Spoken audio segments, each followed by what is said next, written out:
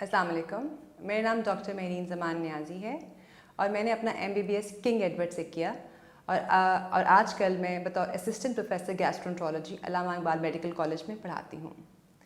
अगर आपको स्टमक का कोई भी इशू है, जैसे कि मैदे में दर्द है, जलन या गैस का कोई इशू है, या आंतों में कोई इशू जैसे कि लूज मोशन या कॉन्स्टिपेशन, या कोई हेपेटाइटिस या लिवर का इशू है, तो उसके लिए आप एक गैस्ट्रोएंटरोलॉजिस्ट से रुजू कर सकते हैं।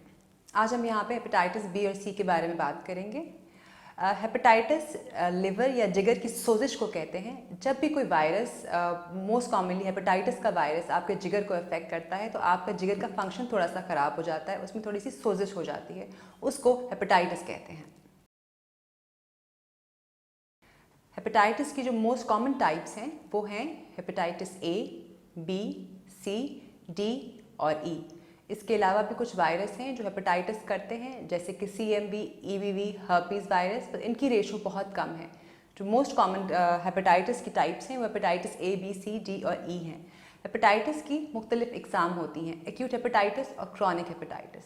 क्रॉनिक हेपेटाइटिस हम तब कहते हैं जब एक्यूट हेपेटाइटिस 6 माह से ज़्यादा एक पेशेंट को अफेक्ट करे तो वो क्रॉनिक हेपेटाइटिस की स्टेज में चला जाता है। तो मोस्ट कॉमन वायरस जो एक्यूट हेपेटाइटिस करते हैं वो हेपेटाइटिस A और E हैं, और जो most common viruses chronic hepatitis करते हैं वो हेपेटाइटिस B और C हैं।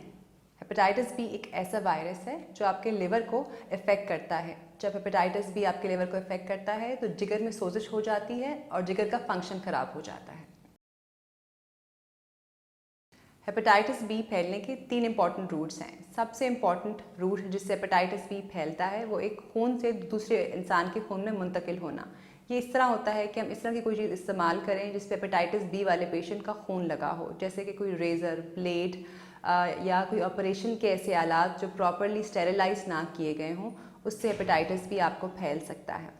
दूसरी इम्पॉर्टेंट वजह जिससे हेपेटाइटिस फैलता है वो अपने एक माँ से बच्चे को हेपेटाइटिस फैल सकता है। यहाँ मैं एक बहुत ज़रूरी बात आपको बताती चलूँ कि दूध पिलाने से हेपेटाइटिस बी और सी नहीं फैलता, लेकिन सिर्फ जब एक बच्चे की पैदाइश हो रही होती है तो उस वक्त हेपेटाइटिस बी एक माँ से बच्चे में मुंतकिल हो सकता है।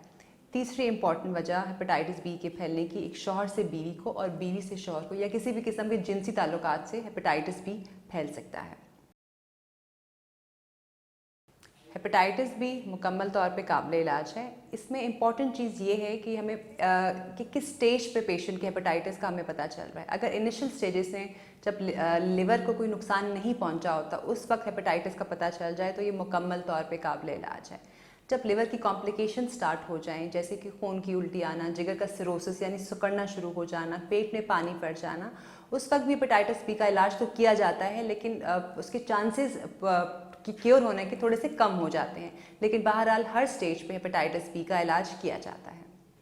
जैसा कि मैंने आपको बताया, हम क्रॉनिक हेपेटाइटिस बी तब लेबल करेंगे जब पेशेंट को 6 मंथ से ज़्यादा हेपेटाइटिस बी रह चुका हो। इसमें बहुत सारे फैक्टर्स हमने देखने होते हैं, ये देखने के लिए कि आपको इलाज की ज़रूरत है या नहीं है। इसमें देखना है कि आपका लिवर फंक्शन टेस्ट कैसा है, वायरस की मिकदार आपके खून में कितनी है, और आपके जिगर पे इफेक्ट हुआ है या नहीं हुआ है, और आपकी एज कितनी है। इन सब फैक्टर्स को देख के ये फैसला किया जाता है कि पेशेंट को हेपेटाइटिस बी की ट्रीटमेंट देनी है या नहीं देनी। हेपेटाइटिस बी और सी की ये खास बात है कि इनिशियली 5 साल और उससे भी ज़्यादा पेशेंट को कोई सिम्टम्स ही नहीं आते हैं।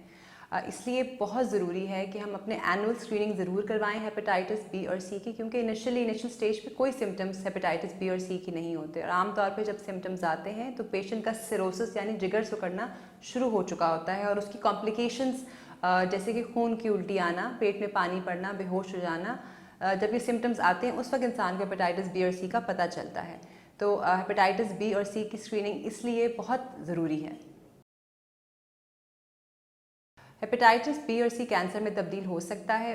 वो इसी सूरत में होता है जब हेपेटाइटिस बी और सी की वजह से सिरोसिस स्टार्ट हो जाए, जिगर सिकुड़ना स्टार्ट हो जाए, और बहुत अरसा पेशेंट को ये प्रॉब्लम रहे, सिरोसिस की प्रॉब्लम रहे, और उसके काफ़ी सालों बाद लिवर कैंसर के चांसेस ज़रूर हो जाते हैं। इसीलिए जिस पेशेंट को भी हेपेटाइटिस बी सी हो और उसको सिरोसिस डेवलप हो जाए तो हम उनको ये एडवाइस करते हैं कि हर 6 माह बाद अपना अल्ट्रासाउंड कराएं, ताकि अगर कैंसर डेवलप हो रहा है तो उसको अर्ली स्टेजेस में ही इसका इलाज किया जा सके। सबसे पहले हेपेटाइटिस बी और सी के स्क्रीनिंग टेस्ट होते हैं, जिसमें hepatitis B surface antigen hepatitis B के लिए होता है और एंटी-HCV एक खून का टेस्ट है जो हेपेटाइटिस सी के लिए होता है। अगर ये स्क्रीनिंग टेस्ट पॉजिटिव आए तो उसके बाद हम ये देखते हैं पेशेंट को किस स्टेज पे हेपेटाइटिस बी और सी है, तो उसके लिए हम बहुत सारे टेस्ट करवाते हैं, जिसमें complete blood count, liver function test, आपका एब्डोमिनल अल्ट्रासाउंड भी करवाया जाता है, और एक टेस्ट जो बहुत इंपॉर्टेंट है उसको कहते हैं PCR का टेस्ट। वो ये बताता है कि वायरस आपकी बॉडी में एक्टिव भी है कि नहीं, और अगर एक्टिव है तो उसकी मिकदार कितनी है। तो ये टेस्ट करा के हम हेपेटाइटिस बी और सी को स्टेज कर सकते हैं और उसके मुताबिक उसका इलाज कर सकते हैं। हम सबको इस बात की एहतियात करनी चाहिए कि हम अगर बाहर से शेव करवाते हैं या कोई इस तरह का काम करवाते हैं जिसमें रेज़र इस्तेमाल करना होता है, तो ये आपने कोशिश करनी है कि ब्रांड न्यू आपका रेज़र इस्तेमाल हो। इस्तेमाल शुदा सिरिंजेस नहीं इस्तेमाल करनी चाहिए। ऑपरेशन के आलात जो भी आप पे इस्तेमाल हो रहे हैं उसके लिए भी आप जो भी आपके स्पेशलिस्ट हैं उनको बता दें कि इसको प्रॉपर्ली स्टेरिलाइज करें। अपनी पर्सनल इस्तेमाल की चीज़ें, नेल कटर, टूथब्रश वगैरह ये किसी से शेयर नहीं करने चाहिए। फ़ोन लगवाते वक्त इस चीज़ को देख लें कि वो फ़ोन प्रॉपर्ली हेपेटाइटिस बी और सी के लिए स्क्रीन किया गया हो, ताकि आपको उस खून से हेपेटाइटिस बी और सी ना हो। और अगर आप हामला हैं और आपको हेपेटाइटिस बी और सी है तो उसका प्रॉपर इलाज करा लें, ताकि आपसे आपके बच्चे को मुंतकिल ना हो।